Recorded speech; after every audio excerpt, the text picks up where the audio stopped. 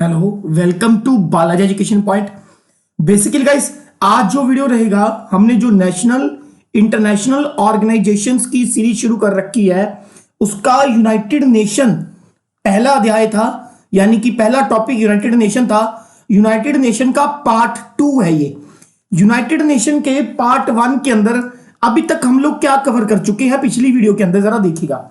हमने देखा United nation की इंट्रोडक्शन पूरी डिटेल के अंदर, हमने देखा लीग ऑफ नेशन की इंट्रोडक्शन पूरी डिटेल के अंदर, हमने देखा कि यूनाइटेड नेशन के 6 प्रिंसिपल ऑर्गन्स होते हैं।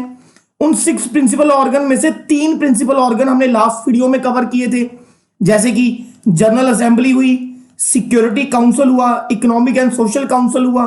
ठीक है, बाकी के बचे हुए 3 प्रिंसिपल ऑर्गन इस वीडियो में कवर होंगे, प्लस 20 से 22 एमसीक्यूज इस वीडियो के अंदर कवर करने वाला हूं, और लगभग 25 एमसीक्यू यूनाइटेड नेशन के ऊपर मैंने पार्ट 1 में कवर किए थे। तो टोटल अराउंड 40 से 50 एमसीक्यू हो गए। अगर आप यूनाइटेड नेशन की इन दोनों वीडियोस को अच्छे से देख लेते हैं, प्लस उनके दोनों एमसीक्यू कर लेते हैं, ठीक है, तो मैं आपको गारंटी देता हूं कि आपका यूनाइटेड नेशन से कोई भी क्वेश्चन इससे बाहर नहीं आएगा। तो चलिए शुरुआत करते हैं। जिन लोगों ने अभी तक पार्ट 1 नहीं देखा, तो पहले कृपया करके वो पार्ट 1 देखिएगा, उसके बाद ही आपको ये पार्ट 2 समझ में आएगा। इंटरनेशनल कोर्ट ऑफ जस्टिस ये यूनाइटेड नेशन का 4th प्रिंसिपल ऑर्गन है और बहुत ही ज्यादा इंपॉर्टेंट है। अंतरराष्ट्रीय न्यायालय के नाम से भी इसको जाना जाता है। इंटरनेशनल कोर्ट ऑफ जस्टिस ये एक प्रिंसिपल जुडिशियल ऑर्गन है यूनाइटेड नेशन का। प्रिंसिपल जुडिशियल ऑर्गन का मतलब क्या होता है, यानी कि यूनाइटेड नेशन के जितने भी न्याय से जुड़े हुए फैसले हैं वो कौन लेता है, ICJ, international court of justice. जैसे मान लीजिए 2 कंट्रीज के बीच में किसी बात को लेकर डिस्प्यूट चल रहा है, ठीक है, तो कहां जाएगा केस, तो केस जाएगा सोल्व होने के लिए कहां पर, आईसीजे के बीच में, इंटरनेशनल कोर्ट ऑफ जस्टिस के बीच में।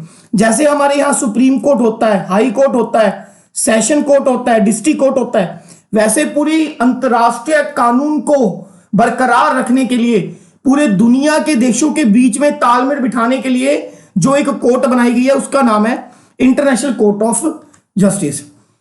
इंटरनेशनल कोर्ट ऑफ जस्टिस का जो हेडक्वार्टर है वो पीस पैलेस के अंदर है। ठीक है, इंटरनेशनल कोर्ट ऑफ जस्टिस का जो हेडक्वार्टर है पीस पैलेस के अंदर है, जो कि द हेग नीदरलैंड में पाया जाता है। क्लियर। देखिए, यूनाइटेड नेशन के 6 प्रिंसिपल ऑर्गन है, 6 में से 5 प्रिंसिपल ऑर्गन का हेड ऑफिस यूएसए के न्यूयॉर्क में है, लेकिन सिर्फ एक ही ऐसा प्रिंसिपल ऑर्गन है जिसका head office the Hague Netherlands के अंदर है, यानी कि यूएसए से बाहर है, वो है इंटरनेशनल कोर्ट ऑफ जस्टिस। अब इंटरनेशनल कोर्ट ऑफ जस्टिस मुख्यतः क्या काम करता है, legal dispute between the states, यानी कि अगर 2 देशों के बीच में कोई कानूनी डिस्प्यूट हो, उसके बारे में चर्चा करना, उसके बारे में फैसला सुनाना। Gives advisory opinion in accordance with the international law. ठीक है, जितने भी मेंबर कंट्रीज हैं उनको अंतरराष्ट्रीय कानूनों को मद्देनजर रखते हुए सलाह देना कि भाई अंतरराष्ट्रीय कानून के अनुसार आपको ये करना चाहिए। ठीक है जी। Next, on legal question refer to it by the authority, United Nation organs and the special agencies. मैंने आपको बताया था कि यूनाइटेड नेशन की 15 स्पेशल एजेंसीज होती हैं, ठीक है, 15 स्पेशलिस्ट एजेंसीज होती हैं, पिछली वीडियो में समझाया था, जैसे world trade organisation, world health organisation, ठीक है, यूनेस्को हुआ, इस तरीके से 15 स्पेशल एजेंसीज होती हैं। तो अगर इन 15 स्पेशल एजेंसीज को कोई कानूनी मसले के ऊपर लीगल एडवाइस चाहिए, तो वो लीगल एडवाइस भी कौन देगा, इंटरनेशनल कोर्ट ऑफ जस्टिस। सरल भाषा में आप ये कह सकते हैं कि इंटरनेशनल कोर्ट ऑफ जस्टिस जो है पूरी दुनिया की सबसे बड़ी अदालत है, जो पूरी दुनिया के देशों के बीच में कानूनी मामलों को सॉल्व करने का अधिकार रखती है। ठीक है, द कोर्ट कंसिस्ट ऑफ 15 जजेस। ये पेपर का क्वेश्चन है कि आईसीजे के अंदर टोटल कितने जजेस होते हैं, टोटल 15 जजेस होते हैं। इन जजेस को जनरल असेंबली के द्वारा इलेक्ट यानी कि चुना जाता है, और जनरल असेंबली के द्वारा चुनने के लिए इसे परमिशन दी जाती है सिक्योरिटी ऑफ काउंसिल के द्वारा। Clear. International court of justice में 15 जजेस होते हैं, जिन्हें जनरल असेंबली सिक्योरिटी काउंसिल की मदद से इलेक्ट करती है, यानी कि चुनती है। अगर आपने पहली वीडियो सुनी है तो आपको पता होगा कि जनरल असेंबली और सिक्योरिटी काउंसिल यूनाइटेड नेशन के 6 प्रिंसिपल ऑर्गन में से एक है। और इंटरनेशनल कोर्ट ऑफ जस्टिस के जो 15 जजेस हैं, इनका टेन्यूर पूछते हैं, तो एक जज जो है लगभग 9 ईयर्स के लिए चुना जाता है। ओके, आईसीजे का हेडक्वार्टर है the peace palace, the Hague, Netherlands. ICJ के अंदर टोटल 15 जजेस होते हैं। हर एक जजेस लगभग 9 सालों के लिए चुना जाता है। ठीक है, ये जनरल असेंबली के द्वारा इलेक्ट किए जाते हैं with help of security council. Okay, next. The court consists of 15 judges. Clear? The judge of the court are elected by the General Assembly along with the Security Council for a 9 year. Clear? Next. अब ये जो 15 जजेस होते हैं, ठीक है, अब ये जो 15 जजेस होते हैं ये कैसे चुने जाते हैं, मतलब कहां कहां से आते हैं। अगर मेरे प्यारे बच्चों आपने पिछली वीडियो बड़ी ध्यान से सुनी है तो मैंने आपको एक बात समझाई थी। बात क्या समझाई थी कि यूनाइटेड नेशन की, ध्यान से समझना, 15 स्पेशलाइज्ड एजेंसीज होती हैं। ठीक है, 8 फंक्शनल कमीशन होते हैं। यूनाइटेड नेशन के 8 फंक्शनल कमीशन होते हैं। ओके, प्लस 5 रीजनल कमीशन होते हैं, जैसे कि अफ्रीका से, यूरोप से, एशिया से, अमेरिका से, लैटिन अमेरिका से। तो ये जो 15 जजेस हम लोग चुनते हैं, ये 15 जजेस उन 5 रीजनल कमीशंस में से चुने जाते हैं। ठीक है, उन 5 रीजनल कमीशंस में से चुने जाते हैं। जैसे कि अगर टोटल 15 जजेस हैं तो 3 जो हैं वो अफ्रीका से चुने जाएंगे, 2 are from Latin America, Latin America से चुने जाएंगे, 3 आर फ्रॉम एशिया, 3 जजेस एशिया से चुने जाएंगे, 5 जो है वो western Europe and other state से चुने जाएंगे, और 2 जो है वो ईस्टर्न यूरोप से चुने जाएंगे। इस तरीके से इनकी कंस्ट्रक्शन होती है। इंटरनेशनल कोर्ट ऑफ जजेस के अंदर 15 जजेस होंगे, जिसमें से 3 अफ्रीका में से, 2 लैटिन अमेरिका में से, 3 एशिया में से, 5 western Europe and other state में से, और 2 जो है ईस्टर्न यूरोप में से चुने जाते हैं। ठीक है जी, क्लियर होगी। अब क्वेश्चन उठता है कि क्या सर इसमें कोई इंडियन आया है, अगर आया है तो कितने बार इंडियंस आए हैं, ठीक है, अभी एट प्रेजेंट कोई इंडियंस है या नहीं, वगैरह वगैरह। इन सारे क्वेश्चनों को आगे चल के सॉल्व करेंगे। इंटरनेशनल कोर्ट ऑफ जस्टिस का एट प्रेजेंट जो प्रेसिडेंट हैं, यानी कि महाधीश हैं, इनके मुखिया हैं, उनका नाम है अब्दुल कावी अहमद यूसुफ। अब्दुल कावी अहमद यूसुफ। ठीक है, और ये सोमालिया के रहने वाले हैं, याद रखने वाली बात है। इस समय आईसीजी के जो प्रेसिडेंट हैं उनका नाम है अब्दुल कावी यूसुफ। ठीक है, ये 6 फरवरी 2018 से बने हुए हैं। ठीक है, और पोजीशन को लीड कर रहे हैं, यानी कि प्रेसिडेंट बने हैं 5 फरवरी 2021 से।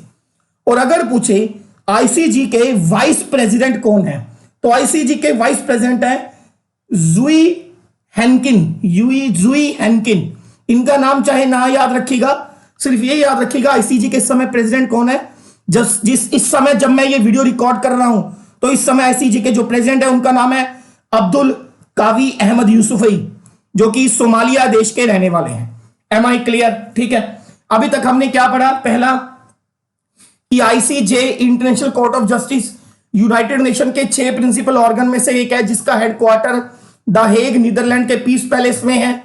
ठीक है, इसमें 15 जजेस होते हैं। हर एक जजेस कितने साल के लिए चुने जाते हैं? 9 साल के लिए, by the general assembly with help of security council. 15 जजेस में से 3 जजेस अफ्रीका में से, 2 लैटिन अमेरिका में से, 3 एशिया में से, 5 वेस्टर्न यूरोप में से और 2 ईस्टर्न यूरोप में से आते हैं। इस समय आईसीजी के जो प्रेसिडेंट हैं उनका नाम है अब्दुल कवई यूसुफ। ठीक है जी, जो कि सोमालिया के रहने वाले हैं। नेक्स्ट चलते हैं। अभी तक 4 इंडियन ऐसे हैं जो आईसीजी के जजेस पैनल में चुने गए हैं। ठीक है, ये क्वेश्चन इंपॉर्टेंट है। सबसे पहले थे सर बेनेगल रॉय 1952 से लेकर 1953 तक। दूसरे थे डॉक्टर नागेंद्र सिंह 1985 से 1988 तक। आरएस पाठक 1989 से 1991 तक।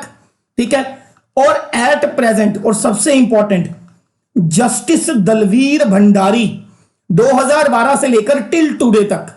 ठीक है, इनका पहला टर्म जो था वो 2012 से 2018 तक था। अब ये 2018 में फिर से री इलेक्ट हुई। एक बात और याद रखना, कि इंटरनेशनल कोर्ट ऑफ जस्टिस के जो जजेस होते हैं they are eligible for the re election. Eligible for the re election, re election मतलब ये दूसरी बार भी इलेक्ट हो सकते हैं। जरूरी नहीं कि अगर आप एक बार आईसीजे के जजेस बन गए तो दूसरी बार नहीं बन सकते। तो 2012 से लेकर 2018 तक पहली बार रहे जस्टिस दलवीर भंडारी, 2018 में दूसरी बार चुने गए, अब 2018 से लेकर इनका टाइम पीरियड है 2027 तक। ठीक है, वेरी वेरी इंपॉर्टेंट। इनका आईसीजे में होना एक तरीके से इंडिया के लिए बहुत ही, जो देखा जाए, एक बढ़िया बात है। ठीक है, अभी मैं एक केस डिस्कस करने वाला हूं जो रिसेंटली आईसीजे में गया था और काफी चर्चा में रहा। केस का नाम है कुलभूषण यादव केस। ठीक है, इसके नोट्स बनाने हैं आपने। Kulbhushan Yadav case, okay. कुलभूषण यादव एक भारतीय सिटीजन है जिन्हें मार्च 2016 में अरेस्ट किया गया था। मार्च 2016 में अरेस्ट किया गया था। ठीक है, इनके ऊपर आरोप था कि ये पाकिस्तान में जासूसी कर रहे थे। इंडियन स्पाई का आरोप लगाया गया था कि आप इंडियन जासूस हैं और पाकिस्तान में जासूसी कर रहे थे। ठीक है, कुलभूषण यादव केस से जुड़ा हुआ केस जो था कुलभूषण यादव का, वो आईसीजे में गया, इंटरनेशनल कोर्ट ऑफ जस्टिस में। पाकिस्तान की सुप्रीम कोर्ट ने पहले तो कुलभूषण यादव को, ठीक है, फांसी की सजा सुनाई थी, लेकिन बाद में इंडिया ने यह केस आईसीजे में लड़ा और कुलभूषण यादव की फांसी की सजा पर रोक लगाई। तो जब कुलभूषण यादव का केस लड़ा जा रहा था तो एक बहुत ही अच्छा कन्वेंशन चर्चा में आया था। कन्वेंशन यानी कि एक तरीके का एग्रीमेंट, याद रखिए। कन्वेंशन का नाम था that is your Vienna convention of counsellor. Vienna convention of counsellor, very very important. तो जब इंडिया ने आईसीजे में कुलभूषण यादव का केस लड़ा तो उस समय का कन्वेंशन चर्चा में आया था, वियना कन्वेंशन ऑफ काउंसलर। ठीक है, 1963। बस इसको घोल के पी जाओ, पेपर में आएगा वियना कन्वेंशन ऑफ काउंसलर किस केस से जुड़ा हुआ, कुलभूषण यादव से। कौन से ईयर में हुआ? 1963 में हुआ Vienna convention of counsellor case. ठीक है, अब ये वियना कन्वेंशन ऑफ काउंसलर क्या कहता है, जरा ध्यान से समझिएगा। ये क्या कहता है, आईसीजे के अंदर जब ये केस लड़ा गया तो वियना कन्वेंशन के कुछ रूल्स पढ़े गए। वियना कन्वेंशन एक एग्रीमेंट था। इस एग्रीमेंट का आर्टिकल 36 बी, वियना समझौते का अनुच्छेद 36 भी कहता है कि अगर किसी एक देश का सिटीजन दूसरे देश में किसी भी कारणों की वजह से अरेस्ट किया जाता है, ठीक है, जैसे जासूसी या कुछ भी, तो जिस सिटीजन को अरेस्ट किया गया है आपको उस सिटीजन की एम्बेसी को यह हक देना होगा कि आप अपने सिटीजन से रेगुलर मिल सकते हैं। ठीक है, आप अपने सिटीजन से रेगुलर मिल सकते हैं। मान लीजिए कुलभूषण यादव है, ये बंदा, ये पाकिस्तान में अरेस्ट हुआ, तो वियना कन्वेंशन के आर्टिकल 36 बी के अनुसार आप जो क्रिमिनल है उसकी एम्बेसी को अपने बंदे से मिलने का हक देंगे। अगर हक नहीं देंगे तो उसके देश का एक रेगुलर काउंसलर अपॉइंट करेंगे, यानी कि एक बंदा उस देश का जो रेगुलरली अपने बंदे से यानी कि कुलभूषण यादव से मिलता रहे। यह है वियना कन्वेंशन। पाकिस्तान ने वियना कन्वेंशन जो था उसको तोड़ा है, इसलिए वियना कन्वेंशन काफी चर्चा में रहा। ठीक है, इस केस को इंडिया की तरफ से जिस लॉयर ने लड़ा था उसका नाम था, बहुत ही फेमस लॉयर है, Harish Salve. Very important, the name of the lawyer जिसने आईसीजे में इंडिया को रिप्रेजेंट किया, कुलभूषण यादव को रिप्रेजेंट किया, हरीश साल्वे। और इन्होंने अपनी फीस ली थी सिर्फ ₹1, ओनली ₹1। ये बात याद रखिएगा। ठीक है, कुछ बातें हैं ये आपको याद रख लेनी है, वेरी वेरी इंपॉर्टेंट है। क्लियर होगी बात? नेक्स्ट चलते हैं। ये एक क्वेश्चन है, इसमें मैं आपको बताऊंगा ऑप्शन एलिमिनेट कैसे करते हैं। पीपीएससी में अगर आप लास्ट ईयर का पेपर देखें तो बहुत सारे क्वेश्चन सिर्फ ऑप्शन एलिमिनेशन की प्रक्रिया से हो गए थे। जैसे कि एक तरफ लिस्ट दी गई है पहले यूनाइटेड नेशन की कुछ बॉडीज की, और दूसरी तरफ उनके हेडक्वार्टर आपको इसमें मैच करना है। जैसे मान के चलो मुझे सिर्फ इंटरनेशनल कोर्ट ऑफ जस्टिस का हेडक्वार्टर पता है, ठीक है, आईसीजे का हेडक्वार्टर मुझे पता है द हेग के अंदर है, तो इसका मतलब क्या है कि भाई जो ए है वो किससे जाके जुड़ेगा, 4 से। तो ऑप्शन एलिमिनेशन में आपने क्या देखना है, क्या ए 4 के साथ पहले ऑप्शन में है, नहीं। ए दूसरे ऑप्शन में है, नहीं। तीसरे ऑप्शन में नहीं, सिर्फ कौन से ऑप्शन में है, चौथे में। तो बाकी पता हो चाहे ना हो उसका कोई मतलब नहीं। तो आंसर क्या आ गया मेरे पास, 4th आ गया। एम आई क्लियर, ओके होगी बात, ठीक है। तो इंटरनेशनल कोर्ट ऑफ जस्टिस का हेडक्वार्टर कहां हो गया, द हेग, ईडन, नीदरलैंड के अंदर। फूड एंड एग्रीकल्चर ऑर्गेनाइजेशन जिसको हम FAO बोलते हैं, इसका हेडक्वार्टर फूड एंड एग्रीकल्चर का ऑर्गेनाइजेशन का जो हेडक्वार्टर है, यानी कि हमारे पास बी का आएगा 2 ऑप्शन, ठीक है, रोम के अंदर। यूनेस्को, ठीक है, यूनेस्को का हेडक्वार्टर होता है पेरिस के अंदर। वर्ल्ड हेल्थ ऑर्गेनाइजेशन का हेडक्वार्टर होता है जिनेवा के अंदर। तो वॉशिंगटन एक एक्स्ट्रा ऑप्शन दे रखा है, ठीक है। फिर से सुन लो, 5 ऑर्गेनाइजेशन के हेडक्वार्टर याद रखने हैं कि सर जी ICJ का हेडक्वार्टर कहां पर है, द हेग, नीदरलैंड के अंदर। फूड एंड एग्रीकल्चर ऑर्गेनाइजेशन का हेडक्वार्टर कहां है, रोम, इटली के अंदर, ठीक है। यूनेस्को का हेडक्वार्टर कहां पर है, पेरिस के अंदर, ठीक है, ओके होगी बात, पेरिस के अंदर। और WHO वर्ल्ड हेल्थ ऑर्गेनाइजेशन का हेडक्वार्टर कहां पर है, जिनेवा, स्विट्जरलैंड के अंदर, ओके होगी बात, ये बात याद रखनी है। नेक्स्ट, अगले क्वेश्चन में भाई हमसे क्या पूछा गया है, हाउ मेनी जजेस are there in the international court of justice. अंतरराष्ट्रीय न्यायालय के अंदर टोटल कितने जजेस होते हैं, सुधे होते हैं 15 जजेस। हर एक जजेस कितने साल के लिए चुना जाता है, 9 ईयर्स के लिए। नेक्स्ट, अब हम पढ़ने वाले हैं यूनाइटेड नेशन का 5वां principal organ secretariat. Secretariat important है अपने आप में। This organ of United Nation is the chief administrative office which coordinates and supervise the activities of the UN। ठीक है, कि जो सेक्रेटेरिएट है वो यूनाइटेड नेशन का चीफ ऑर्गन है जो UN की सारी गतिविधियां और उसके विभिन्न जो अलग अलग हिस्से हैं उनके बीच में कोऑर्डिनेशन का काम करता है। बेसिकली आप ये समझ लीजिए कि UN का सारा कर्ता धर्ता कौन सा ऑर्गन है, सेक्रेटेरिएट है मेन। ठीक है, this secretariat is headed by A secretary, यानी कि सेक्रेटेरिएट का जो हेड होता है उसे हम UN का सेक्रेटरी बोलते हैं, सेक्रेटरी जनरल बोलते हैं। ठीक है, और जिसको जनरल असेंबली के द्वारा अपॉइंट किया जाता है। रिकमेंडेशन हमेशा कौन करता है, सिक्योरिटी काउंसिल। सेक्रेटेरिएट UN का चीफ एडमिनिस्ट्रेटिव ऑफिस है। सेक्रेटेरिएट को हेड करता है जनरल सेक्रेटरी, जिसे जनरल असेंबली अपॉइंट करेगी on the recommendation of security council. आपको पिछली वीडियो में बताया था कि UN के जो पहले जनरल सेक्रेटरी थे उनका नाम था त्रिगवेली, जो कि नॉर्वे के थे। ठीक है, एट प्रेजेंट कौन है ये आगे चल के मैं आपको बताऊंगा। Next, secretary general of the UN, ये इंपॉर्टेंट क्वेश्चन है, डबल स्टार लगाओ ये वाला। The secretary general of the UN is elected for the 5 years, very very important. UN का जो सेक्रेटरी जनरल होता है, सबसे पावरफुल बंदा, वो 5 साल के लिए चुना जाता है और एलिजिबल होता है री इलेक्शन के लिए, मतलब दोबारा इलेक्शन लड़ सकता है वो।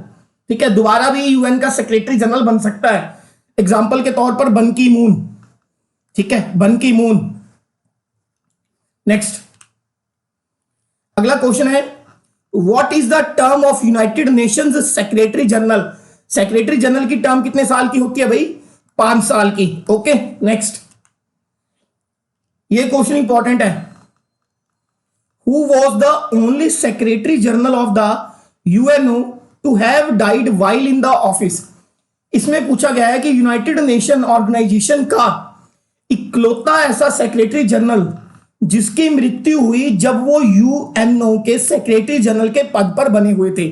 डाइड इन द ऑफिस का मतलब ये नहीं होता कि ऑफिस में बैठ के ही मर गया। इसका मतलब होता है कि जब वो UNO के सेक्रेटरी जनरल के पद पर बने हुए थे तब उनकी मृत्यु हुई, सेवा के दौरान। ठीक है, ड्यूरिंग देयर सर्विसेज।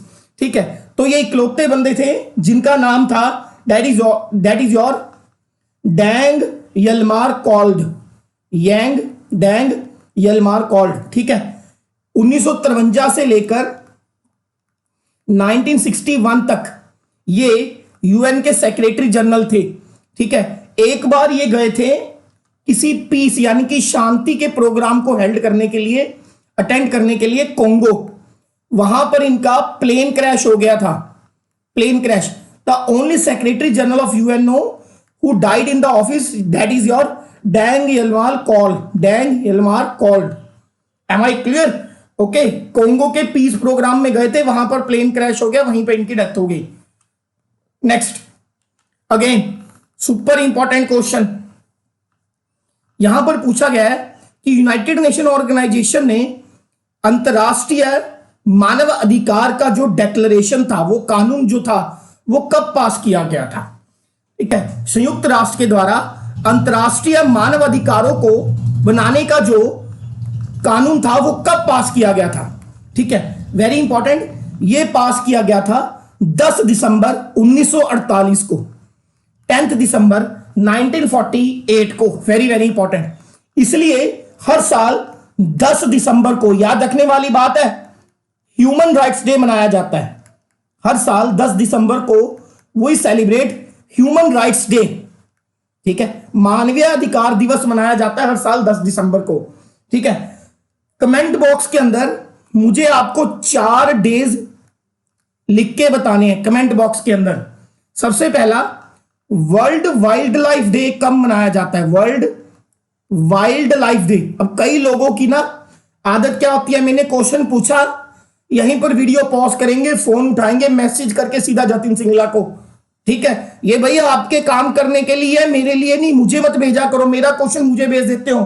थोड़ा बहुत हिलाओ अपने शरीर को, मेहनत करो. ठीक है, दूसरा दिन आपको मुझे कौन सा बताना है, इंटरनेशनल टाइगर डे कब मनाया जाता है. इंटरनेशनल टाइगर डे कब मनाया जाता है. तीसरा क्वेश्चन, नेशनल एजुकेशन डे कब मनाया जाता है. नेशनल एजुकेशन डे कब मनाया जाता है. चौथा क्वेश्चन, नेशनल टीचर्स डे कब मनाया जाता है. नेशनल टीचर्स डे कब मनाया जाता है. ठीक है, और एक 5वां ले लो. ठीक है, यूएन डे कब मनाया जाता है. अगर आपने पहली वीडियो सुनी है तो आपको पता होगा यूएन डे कब मनाया जाता है. क्लियर होगी बात. हर साल 10 दिसंबर को कौन सा दिन मनाते हैं हम, ह्यूमन राइट्स डे. नेक्स्ट बढ़ते हैं जी आगे.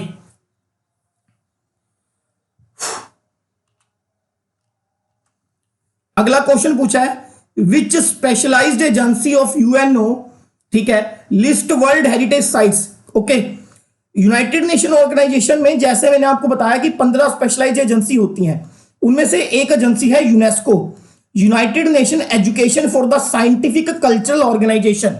ठीक है, तो यूनेस्को का मेन काम क्या है, दुनिया में फैली हुई बहुत सारी पुरानी जो साइट्स हैं उनको वर्ल्ड हेरिटेज साइट का किताब देती है. वर्ल्ड हेरिटेज साइट्स का किताब देती है. तो इस क्वेश्चन में पूछा गया है, देखिए वर्ल्ड हेरिटेज साइट्स कौन सी होती है, पुरातन साइट्स जिनका कल्चरल रिलीजन के तौर पर पूरी दुनिया में इंपॉर्टेंस है. जैसे इंडिया में रेड फोर्ट हुआ, लाल किला हुआ. ठीक है, अभी रिसेंटली जयपुर सिटी को दिया गया था वर्ल्ड हेरिटेज सिटी का किताब. ठीक है, तो दुनिया में कौन सी ऐसी एजेंसी है यूनाइटेड नेशन की जो वर्ल्ड हेरिटेज साइट्स के लिए काम करती है, वो है UNESCO, United Nation education scientific cultural organisation. आपको कमेंट बॉक्स में मुझे लिख के बताना है कि इंडिया में इस वक्त जब मैं वीडियो रिकॉर्ड कर रहा हूं, at present how many world heritage sites are there. कितनी ऐसी वर्ल्ड हेरिटेज साइट्स हैं जिन्हें यूनेस्को ने सर्टिफाइड किया है, जिन्हें यूनेस्को ने सर्टिफिकेशन दिया है. ठीक है, ये आपको मुझे लिख के बताना है. नेक्स्ट